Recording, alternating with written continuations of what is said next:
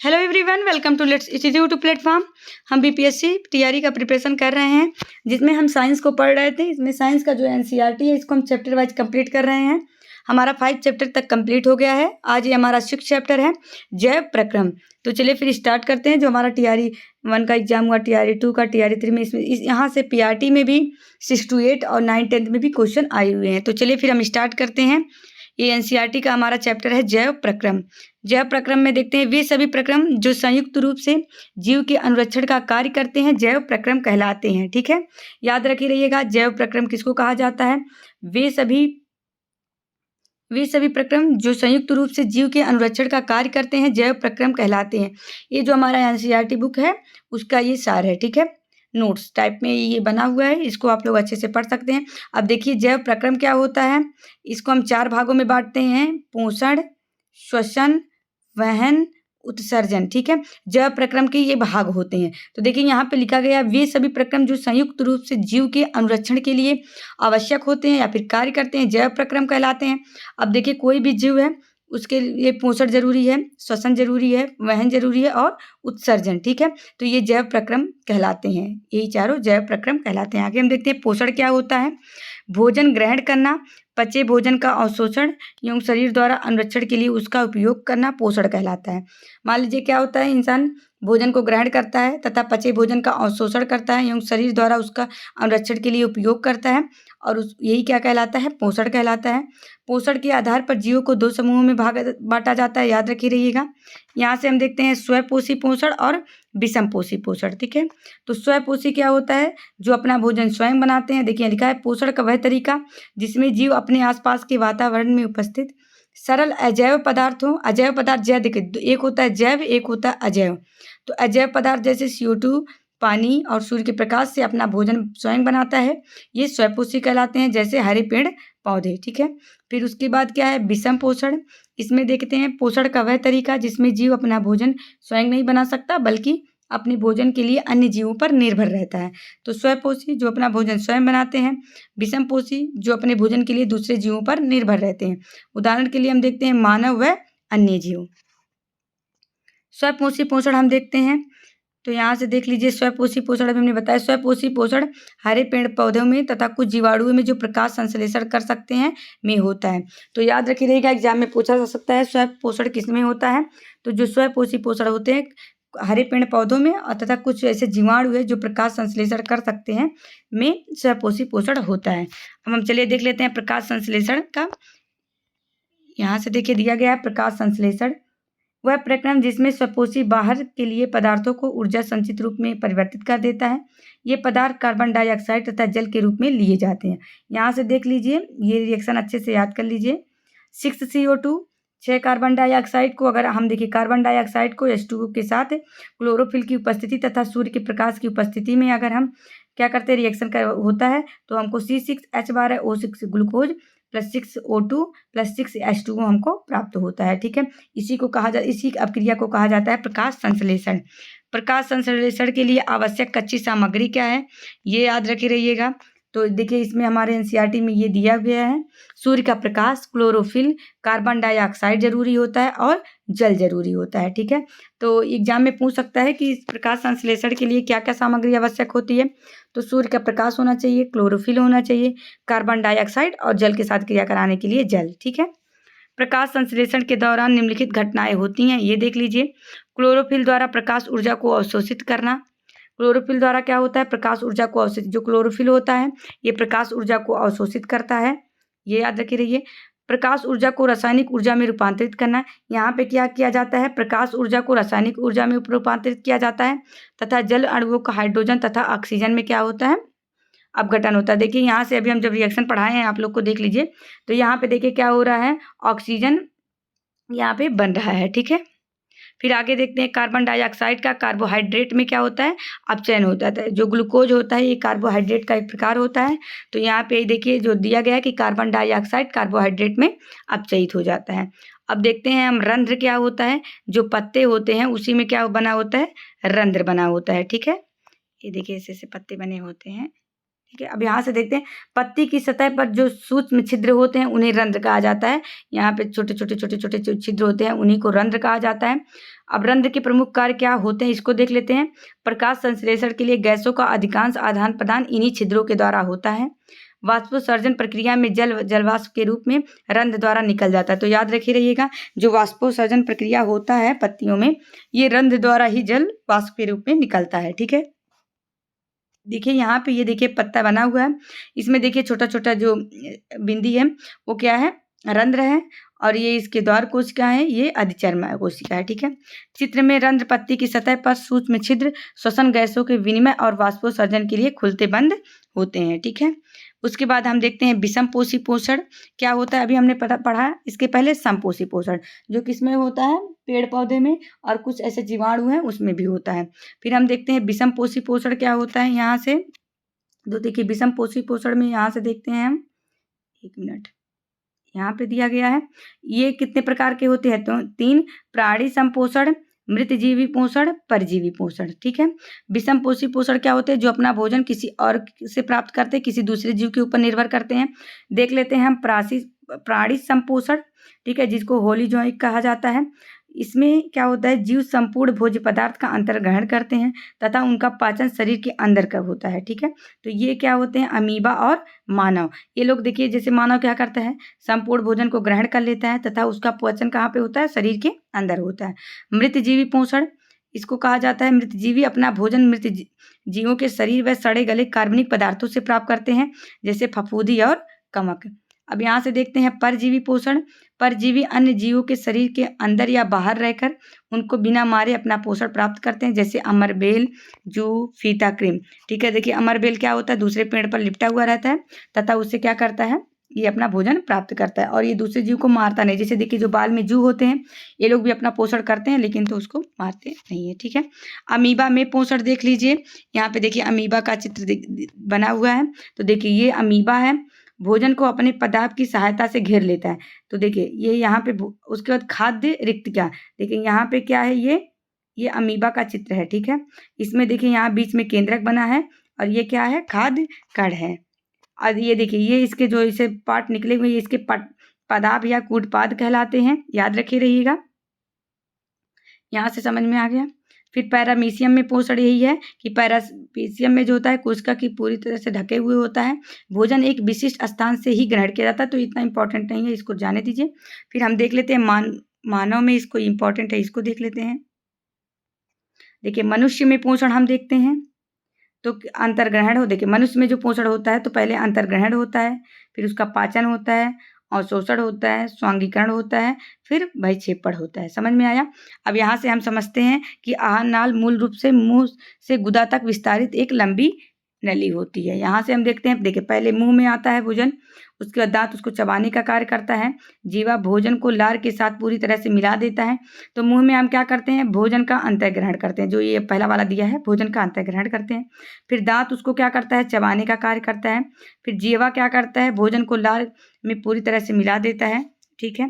फिर लार ग्रंथियाँ क्या करती हैं, लार ग्रंथि से निकलने वाले रस को लार रस या लार कहते हैं। ठीक है। तो याद रखे रहिएगा। तो लार ग्रंथियाँ क्या करती हैं, ये स्टार्च, लार, एमिलेस एंजाइम तथा माल्टोज शर्करा का ये उत्पन्न करती हैं। ठीक है।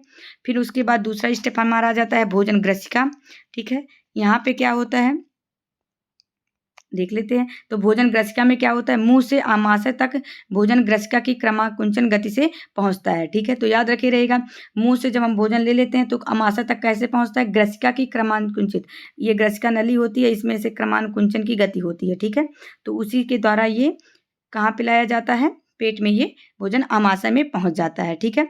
ग्रसिका की मांसपेशियों का संकुचन और शिथिलन होता है, इसमें जैसे ऐसे ऐसे ये फैलते रहते हैं। ठीक है। अब देखिए यहाँ पे चित्र दिया गया है, इसको अच्छे से समझ लीजिए। देखिए ये है जिह्वा। ठीक है।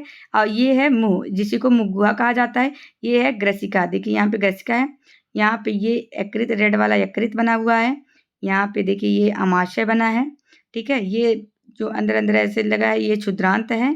ठीक है। और ये जो बाहर वाला पूरा बना हुआ है ये बृहदांत्र है, और ये नीचे वाला गुदाद्वार है। ठीक है। यहीं पे देखिए अंदर क्या है, यहाँ पे देखिए, यहाँ पे नीचे लटका हुआ है अग्न्याशय। ठीक है। उसके बाद यहाँ पे देखिए है पित्ताशय, ये जो यकृत है ये इसी में पित्त का क्या होता है भंडारण होता है, तो यहीं पे बना होता है पित्ताशय यकृत के पास। तो इसी में क्या होता है पित्त का भंडारण होता है। तो भोजन हम जब ग्रहण करते हैं तो ये मुंह से प्रारंभ होकर कहाँ पे जाता है, आमाशय में पहुंच जाता है, जो आमाशय देखिए यहाँ पे बना हुआ है। ठीक है, चित्र आप लोग अच्छे से देख लीजिएगा इसको।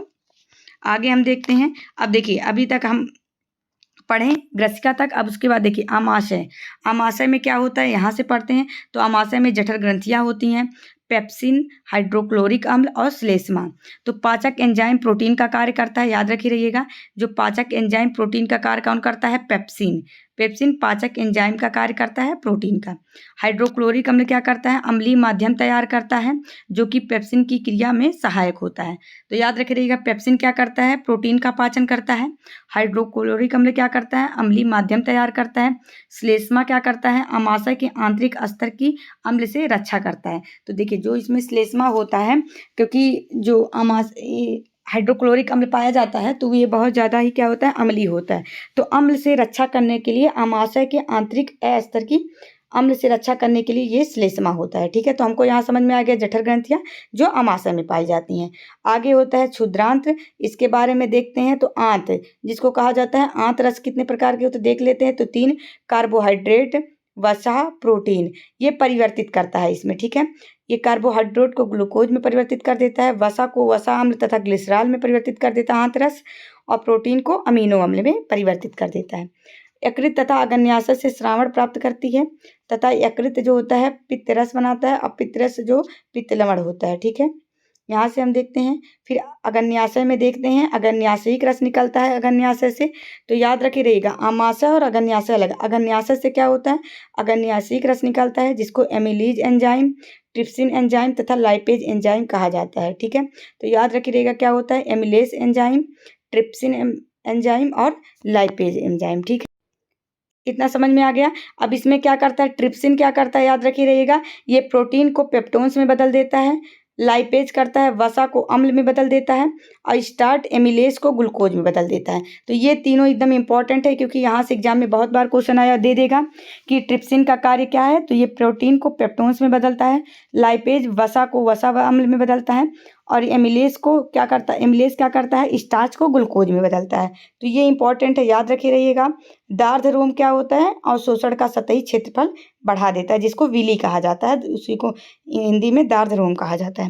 फिर उसके बाद आता है बृहदान्त, जो जल का अवशोषण करता है, तथा वर्ज्य पदार्थ जो मतलब खराब पदार्थ होता है उसको गुदा द्वारा शरीर से बाहर कर दिया जाता है। ठीक है, इसके बाद हम देखते हैं श्वसन। पोषण प्रक्रम के दौरान ग्रहण की गई खाद्य सामग्री का उपयोग कोशिकाओं में होता है। ठीक है, याद रखिएगा श्वसन, अगर मान लीजिए पोषण प्रक्रम के दौरान जो भी ग्रहण की गई खाद्य सामग्री होता है उसका उपयोग कोशिकाओं में किया जाता है, जिससे विभिन्न जैव प्रक्रमों के लिए ऊर्जा प्राप्त होती है। ऊर्जा उत्पादन के लिए कोशिकाओं में भोजन के विखंडन को कोशिकीय श्वसन कहा जाता है, याद रखिए रहेगा। भिन्न पथों द्वारा ग्लूकोज का विखंडन होता है। C6H12O6 ये क्या होता है, कोशिका द्रव्य में। अब देखिए यहाँ पे बदल जाता है, ऑक्सीजन की अनुपस्थिति में ये इथेनॉल प्लस कार्बन डाइऑक्साइड में हो जाता है, और ऑक्सीजन के अभाव में लैक्टिक अम्ल तथा ऊर्जा में।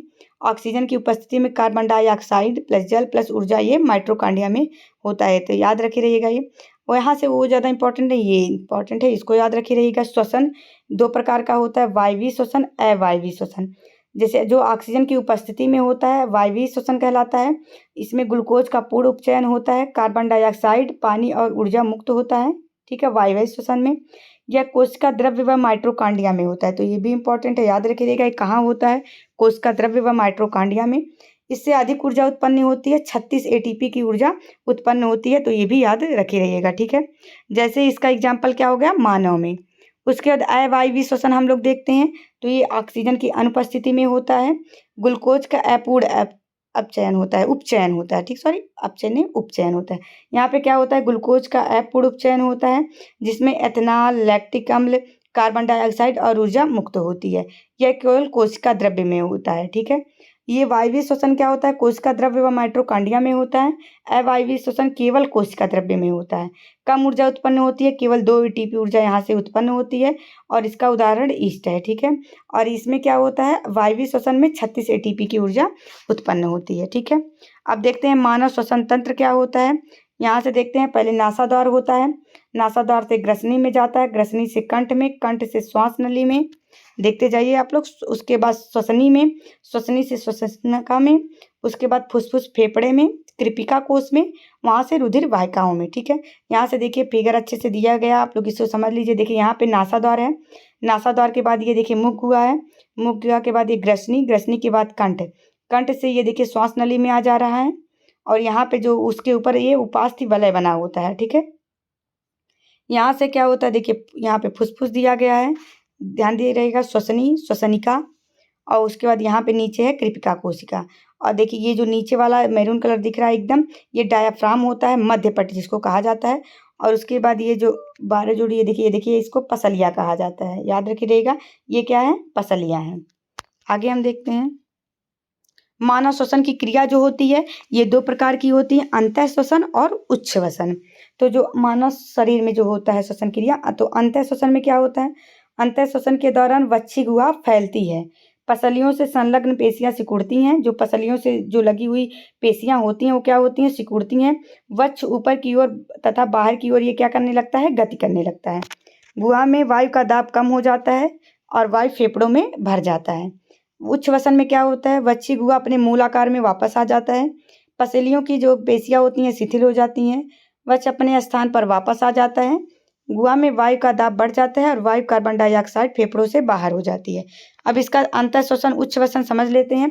अंतः वसन मतलब क्या होता है, सांस द्वारा वायुमंडल से गैसों को अंदर ले जाना। देखिए आप खुद सांस लेकर देखिए तो क्या होता है, जब आप पहली बार जब अंतः श्वसन में जब सांस लेंगे तो देखेंगे आपका सीना क्या हो गया, बाहर की तरह ऊपर की ओर गति करने लगता है। ठीक है, उच्च वसन में क्या होता है, फेफड़ों से वायु या गैस को बाहर जब निकाल दिया जाता है तो हमारा फेफड़ा क्या होता है, एकदम नॉर्मल हो जाता है।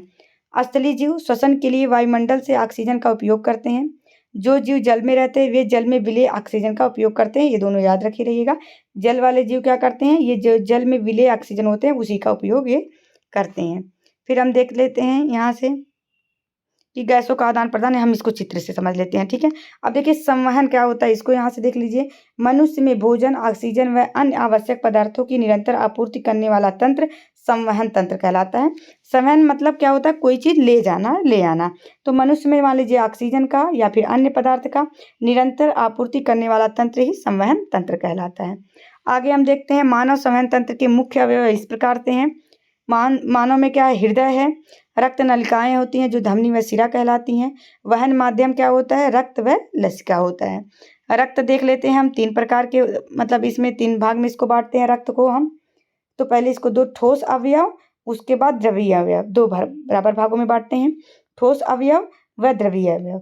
ठोस अवयव को क्या कहा जाता है, रुधिर कणिकाएं कहा जाता है, और द्रवीय अवयव को प्लाज्मा कहा जाता है। तो जो प्लाज्मा होता है ये पीले रंग का पदार्थ होता है जिसमें 90% जल होता है तथा शेष अवयव जैविक होता है। ठीक है, प्लाज्मा प्रोटीन जैसे एल्ब्यूमिन, ग्लोब्यूमिन, अजैविक खनिज तत्वों से ये मिलकर बना होता है। तो जैविक, इसके शेष अवयव क्या होते हैं, जैविक तत्व जो होते हैं, तो इसके प्लाज्मा, प्रोटीन और एल्ब्यूमिन और ग्लोब्यूमिन होता है। अजैविक इसमें खनिज तत्व होता है। तो याद रखे रहिएगा कि हम रक्त को 2 भागों में बांटते हैं, ठोस अवयव, द्रवीय अवयव। ठोस जो होते हैं रुधिर कणिकाएं होती हैं, द्रवीय जो होती हैं प्लाज्मा होती हैं। जो प्लाज्मा होता है वो पीले रंग का तरल पदार्थ होता है जिसमें 90% जल होता है। फिर हम रुधिर कणिकाओं को 3 भागों में बांटते हैं, लाल रक्त कणिकाएं, श्वेत रक्त कणिकाएं और रक्त प्लेटलेट्स। ठीक है, तो इतना याद रखे रहिएगा, रक्त प्लेटलेट्स, श्वेत रक्त कणिकाएं, उसके बाद क्या है, लाल रक्त कणिकाएं। जो लाल रक्त कणिकाएं होती हैं वो ऑक्सीजन और कार्बन डाइऑक्साइड का वहन करती हैं, इसमें हीमोग्लोबिन पाया जाता है। ठीक है, श्वेत रक्त कणिकाएं क्या करती हैं, शरीर को रोग मुक्त करने में सहायक होती हैं। और याद रखे रहिएगा ये जो लाल रक्त कणिकाएं होती हैं इन्हीं के कारण रक्त क्या होता है, लाल होता है।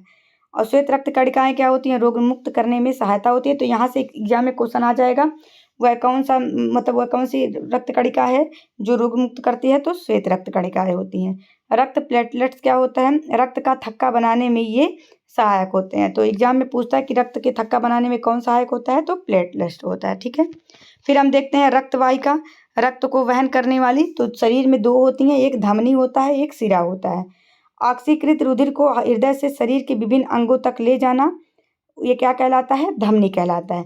तो याद रखे रहिएगा धमनी किसको कहा जाता है, ऑक्सीकृत रुधिर मतलब जिसमें देखिए जब O2 मिला होता है, जैसे मान लीजिए ब्लड है, तो ब्लड ब्लड और अगर उसमें ऑक्सीजन मिला हुआ है तो उसको ऑक्सीकृत या फिर शुद्ध रक्त इसी को कहा जाता है। देखिए सबसे बस यही आसान तरीका है, शुद्ध रक्त उसको कहा जाता है जिसमें ऑक्सीजन मिला है तो वो शुद्ध है, इसी को ऑक्सीकृत रुधिर कहा जाता है। तो ये क्या होता है, ये रुधिर को हृदय से शरीर की ओर ले जाता है, ठीक है। तो ये जो मतलब क्योंकि देखिए ऑक्सीजन उसमें मिला होता है तो ये क्या करता है, हृदय से शरीर के विभिन्न अंगों तक ले जाता है। अपवाद जो होता है फुसफुस धमनी, क्योंकि फुसफुस धमनी में अशुद्ध रक्त बहता है। अभी इसको हम समझा देंगे आप लोग को। धमनी की जो भित्ति होती है वो मोटी व अधिक लचीली होती है। इस धमनी में कोई वाल्व नहीं पाया जाता, तो याद रखिएगा ये सतही नहीं होती है, ऊतकों के नीचे ये पाई जाती है। अब हम शिरा के बारे में देख लेते हैं। शिराएं विभिन्न अंगों से अनाक्सीकृत रुधिर को एकत्र करके वापस हृदय में ले आती हैं। देखिए क्या होता है, मान लीजिए यहाँ पे वो है हृदय, ठीक है। तो हृदय से यहाँ पे क्या होता है, धमनी होती है, ठीक है। अब यहाँ से ये शुद्ध रक्त को कहाँ ले जाता है, धमनी में। धमनी से कहाँ होता है, महाधमनी। महाधमनी से, एक मिनट ये बता रहे हैं, इसको हम समझते हैं। तो देखिए ये जैसे क्या होता है, देखिए यहाँ पे देखिए फेफड़ा होता है, तो यहाँ से हृदय से क्या होता है, यहाँ से धमनी, फिर उसके बाद महाधमनी, फिर उसके बाद छोटी धमनी में जाता है। फिर उसके बाद ये शरीर के विभिन्न अंगों तक पहुँच जाता है। फिर वहाँ से पहुँचने के बाद यहाँ से ये पूरा अशुद्ध रक्त लेता है। फिर यहाँ से शिरा, शिरा से छोटी शिरा, छोटी शिरे से महाशिरा, और महाशिरा से उसके बाद जितना भी अशुद्ध रक्त होता है फिर ये कहाँ पे चला जाता है, हृदय में चला जाता है। इतना समझ में आ गया। चलिए भी हम आगे इसको चित्र से समझ लेते हैं। देखिए यहाँ पे फिगर दिया गया है, इससे आप लोग समझ लीजिए। देखिए यहाँ पे फिगर दिया गया है। देखिए यहाँ पे देखिए 2 दिया गया है, दायां आलिंद और बायां आलिंद। यहाँ पे है दायां निलय और बायां निलय। तो पहला हमारा क्या होता है, फुसफुसी शिरा जो होता है ये क्या करता है, विऑक्सीकृत जो होता है रुधिर, मतलब जिसमें ऑक्सीजन नहीं मिला होता वैसे रुधिर को कहाँ डालता है, बाएं आलिंद में। फिर उसके बाद बाएं आलिंद से कहाँ जाता है, बाएं निलय में जाता है, ठीक है। बाएं निलय से फिर इसके बाद ये कहाँ जाता है, प्रमुख महाधमनी में जाता है। महाधमनी से ये पूरे शरीर के अंगों में ये पहुँच जाता है, ठीक है। फिर शरीर के मतलब पूरा जितने अंगों से क्या होता है, फिर यहाँ से जो भी अशुद्ध रक्त होता है यहाँ से ये कहाँ जाता है, महाशिरा में जाता है। अब महाशिरा कहाँ लेते जाता है इसको, दाएं आलिंद में। फिर दाएं आलिंद के बाद ये कहाँ पे चला जाता है, दाएं निलय में। और फिर दाएं निलय से ये निकल के फुसफुस धमनी जो होता है यहाँ से क्या करता है, जो विऑक्सीकृत जनीकृत मतलब जो खराब वाला होता है उन वहाँ से कहाँ पे चला जाता है, ये फेफड़े में चला जाता है, ठीक है। फिर यहाँ से फेफड़े से ये शुद्ध होकर फिर उसके बाद ये फिर उसके बाद ऐसे ऐसे ऐसे यही ये चलता रहता है, ठीक है। यहाँ से हम थोड़ा सा आप लोग को समझा देते हैं ये क्रिया, यहाँ से उतना समझ में नहीं आएगा, क्लियर। देखिए क्या होता है, देखिए यहाँ पे होता है हार्ट, ठीक है। यहाँ पे होता है हार्ट। अभी हमने जो बताया तो हार्ट में 4 चैम्बर होते हैं, चारों चैम्बर आप लोग अच्छे से अभी थोड़ा सा देख लिए, ठीक है। उसका देखिए चारों चैम्बर से क्या होता है, देखिए यहाँ से होता है महाधमनी, ठीक है। महाधमनी, महाधमनी से जाता है धमनी, धमनी से जाता है छोटी धमनी। सही थोड़ा लिखा नहीं रहा आप लोग, याद देखिए महाधमनी से धमनी, धमनी से छोटी धमनी। यहाँ पे बना होता है केशिका। रुकिए आप लोग को अच्छे से लिख के हम दिखा देंगे, एक मिनट रुकिए। देखिए यहाँ पे बना है हार्ट, ये है हार्ट। हार्ट से ये कहाँ पे जा रहा है, महाधमनी, ठीक है। महाधमनी से ये कहाँ जाएगा, धमनी में ब्लड जाता है। धमनी से कहाँ जाता है, छोटी धमनी में। तो हमको क्या समझ आया, महाधमनी से धमनी, धमनी से छोटी धमनी, ठीक है। छोटी धमनी के बाद यहाँ पे क्या होता है, केशिका। भी इसको हम आप लोग को समझाएंगे केशिका क्या होता है। केशिका के बाद कहाँ से आता है, ये शिरा। शिरा के बाद क्या होता है, देखिए यहाँ पे क्या होती है, ये छोटी शिरा। एक मिनट, पहले क्या आती है, छोटी शिरा, ठीक है। उसके बाद यहाँ पे क्या आता है, शिरा। शिरा के बाद यहाँ पे क्या होता है, महाशिरा,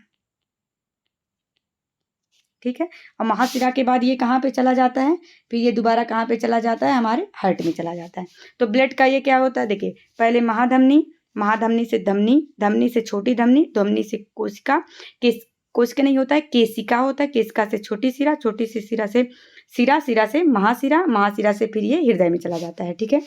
और देख लीजिए जो महाधमनी होता है ये धमनी वाले में शुद्ध रक्त बहता है, और फिर यहाँ से शुद्ध रक्त, देखिए यहाँ से क्या होता है, शुद्ध रक्त लेकर छोटे छोटे धमनियों में बढ़ता है। धमनियों से ये छोटी छोटी उसके बाद जो उसके धमनियों में बहता है, उसके धमनियों से ये कहाँ चला जाता है, जो पतली पतली केशिकाएं जैसे हमारी आंखों में पाई जाती हैं और भी नसों में जो पतली पतली केशिकाएं पाई जाती हैं, वहाँ पे ये ऑक्सीजन चला जाता है, ऑक्सीजन रहित जो ब्लड होता है। उसके बाद जब ये केशिकाओं से फिर वहाँ से अशुद्ध रक्त लेकर, मतलब जब ये पूरे शरीर में पूरा ऑक्सीजन पहुँच जाता है, फिर वहाँ से उसके बाद अशुद्ध रक्त मतलब जिसमें ऑक्सीजन मिक्स नहीं होता है, वहाँ से ये लेकर कहाँ पे आता है, छोटी शिरा में, छोटी शिरा में शिरा, उसके बाद शिरा में, शिरा से महाशिरा में, महाशिरा से फिर ये कहाँ पे चला जाता है, हृदय में चला जाता है। ठीक है, और हृदय उसके बाद क्या करता है, ब्लड को फेफड़े में भेज देता है वहाँ पे ऑक्सीजन मिलाने के लिए।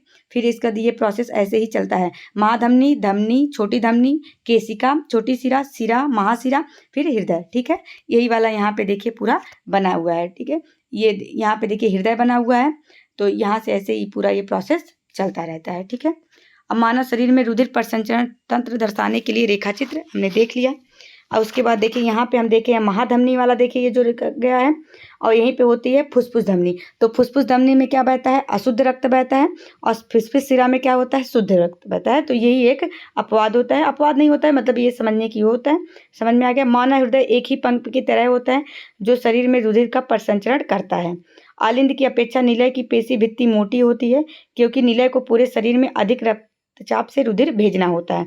क्या होता है, आलिंद जो रहता है, ये इसकी जो मतलब होती है पेशी भित्ति मोटी होती है आलिंद की अपेक्षा। निलय क्या होता है, ज़्यादा होता है, क्योंकि इसको क्या पूरे शरीर में ब्लड इसको पहुंचाना रहता है। ठीक है, मानव हृदय की अनुप्रस्थ काट है ये पूरा फिगर समझ लीजिए।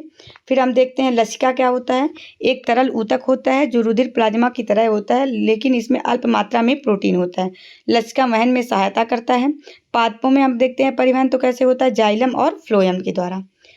जाइलम क्या होता है, इसको हम देखते हैं पादप तंत्र का एक अवयव है जो मृदा से प्राप्त जल और खनिज लवण का वहन करता है, जबकि फ्लोएम क्या करता है, पत्तियों द्वारा प्रकाश संश्लेषण उत्पादित पौधों के अन्य भागों तक वहन करता है। तो जाइलम मतलब जल, देखिए यहाँ पे जाइलम से जल थोड़ा रिलेट कर लीजिएगा। तो जाइलम से जल और खनिज लवण का वहन होता है। फ्लोएम से क्या होता है, प्रकाश संश्लेषण उत्पादित जो पौधों के अन्य भागों तक ये पहुँचाता है। ठीक है, जड़ व मृदा के साथ मध्य आयन सांद्रण में अंतर के चलते जल मृदा से जड़ों में प्रवेश कर जाता है, और इसी के साथ एक जल स्तंभ निर्माण हो जाता है जो कि जल को लगातार ऊपर की ओर धकेलता रहता है। यह जो होता है दाब जल को ऊंचे वृक्ष के विभिन्न अंगों तक पहुंचा देता है। ठीक है, यहाँ से हम देखते हैं जल के अवशोषण एवं जड़ से पत्तियों तक जल तथा विलेय खनिज लवणों की ऊपरमुखी गति में ये सहायक होते हैं। पौधों में ताप नियमन भी सहायक करते हैं। ठीक है, भोजन तथा दूसरे पदार्थों का स्थानांतरण पौधों में कैसे होता है, प्रकाश संश्लेषण के विलेय उत्पादों का वहन स्थानांतरण कहलाता है, जो कि फ्लोएम ऊतक के द्वारा होता है। तो प्रकाश संश्लेषण के द्वारा जो भोजन का होता है ये फ्लोएम के द्वारा होता है, जल और खनिज का होता है वो जाइलम के द्वारा होता है। इतना समझ में आ गया। फ्लोएम द्वारा स्थानांतरण ऊर्जा के प्रयोग से पूरा होता है, अतः सुक्रोज फ्लोएम ऊतक में एटीपी ऊर्जा से परासरण बल द्वारा स्थानांतरित होता है, ये भी याद रखे रहेगा। मानव में उत्सर्जन वह प्रक्रम जिससे जीवों में उपापचयी क्रियाओं में जनित हानिकारक नाइट्रोजन युक्त पदार्थों का निष्कासन होता है, उत्सर्जन कहलाता है। ठीक है, एक कोश की जीव इन अपशिष्ट पदार्थों की शरीर की सतह से जल में विसरित कर देते हैं, याद रखे रहिएगा। मानव उत्सर्जन तंत्र में उपस्थित अंग निम्न प्रकार के हैं। एक जोड़ा वृक्क पाया जाता है जिसको किडनी कहा जाता है, एक जोड़ा मूत्रवाहिनी जिसको यूरेटर कहा जाता है, एक मूत्राशय जिसको ब्लैडर कहा जाता है, एक मूत्र मार्ग होता है जिसको यूरेथ्रिया कहा जाता है। ठीक है, यहाँ से देख लीजिए फिगर इसका दिया गया है। ये देखिए यहाँ पे मूत्राशय जिसको मूत्र मार्ग कहा जाता है, यहाँ पे देखिए महाधमनी जो होता है, मूत्रवाहिनी जिसको यहाँ पे है, यहाँ पे देखिए बायां वृक्क शिरा है, यहाँ पे बायां वृक्क शिरा, यहाँ पे बाएं वृक्क धमनी है। ठीक है, तो क्या होता है, एक जोड़ा वृक्क पाया जाता है, एक जोड़ा मूत्रवाहिनी, एक मूत्राशय, एक मूत्र मार्ग पाया जाता है। ठीक है, वृक्क में मूत्र बनने के बाद मूत्रवाहिनी से होता हुआ मूत्राशय में एकत्रित होता है, याद रखिए रहेगा। तो मूत्र कहाँ बनता है, वृक्क में। ठीक है, फिर मूत्र बनने के उद्देश्य जो होते हैं रुधिर में से वर्ज्य या फिर हानिकारक अपशिष्ट पदार्थों को छानकर बाहर करना होता है। ठीक है, याद रखिएगा रुधिर में जो भी खराब या फिर हानिकारक अपशिष्ट होते हैं उसी को छानकर बाहर करना ही मूत्र बनने का उद्देश्य होता है। वृक्क में जो मूत्र निर्माण प्रक्रिया होती है इसको देख लेते हैं। वृक्क की जो संरचना व क्रियात्मक इकाई विक्राणु कहलाती है। विक्राणु के मुख्य भाग इस प्रकार हैं, देख लेते हैं। कोशिका गुच्छ जिसको ग्लोमेरुलस कहा जाता है, यह पतली भित्ति वाला रुधिर कोशिकाओं का गुच्छा होता है। बोमन संपुट नलिकाकार भाग, संग्राहक, वाहिनी। तो देखिए ये यहाँ पे दिया गया है वृक्क में उत्सर्जन की क्रियाविधि कैसे कैसे होती है। यहाँ पे देखिए सबका दिया गया है, इतना इम्पोर्टेंट नहीं है। कृत्रिम जो विक्र होता है यह क्या करता है, इसको देख लीजिए। यहाँ से देखिए ये क्या किया जाता है, यह एक ऐसी युक्ति होती है जिसके द्वारा रोगियों के रुधिर में से कृत्रिम वृक्क की मदद से नाइट्रोजन युक्त अपशिष्ट पदार्थों का निष्कासन किया जाता है। प्रायः एक स्वस्थ वयस्क में प्रतिदिन 180 लीटर आरंभिक निस्यंदन वृक्क में होता है, मतलब वृक्क में इतना ये छनता है, ठीक है। निस्यंदन मतलब छनना होता है, जिसमें से उत्सर्जित मूत्र का आयतन 1.2 लीटर होता है। शेष निस्यंदन वृक्क नलिकाओं में पुनः अवशोषित हो जाता है, याद रखिएगा। पादपों में उत्सर्जन कैसे होता है, वाष्पोत्सर्जन प्रक्रिया द्वारा पादप अतिरिक्त जल से छुटकारा पाते हैं। बहुत से पादप जो होते हैं अपशिष्ट पदार्थ कोश की रिक्तिका में संचित करते हैं। अन्य अपशिष्ट पदार्थ उत्पाद रेजिन तथा गोंद के रूप में पुराने जाइलम में संचित होते हैं। तो जो पादप के होते हैं ये देखिए गोंद और रेजिन के रूप में ये संचित होते हैं। पादप जो होते हैं कुछ अपशिष्ट पदार्थों को अपने आसपास मृदा में भी उत्सर्जित करते हैं, ठीक है। यहाँ से हमारा ये चैप्टर जैव प्रक्रम कंप्लीट होता है। इसके बाद हम अपना नेक्स्ट चैप्टर देखते हैं। नेक्स्ट चैप्टर दिया गया है नियंत्रण एवं समन्वय। इसको हम नेक्स्ट लेक्चर में पढ़ेंगे, ठीक है, क्योंकि तब तक आप लोग इसको तैयार करिए।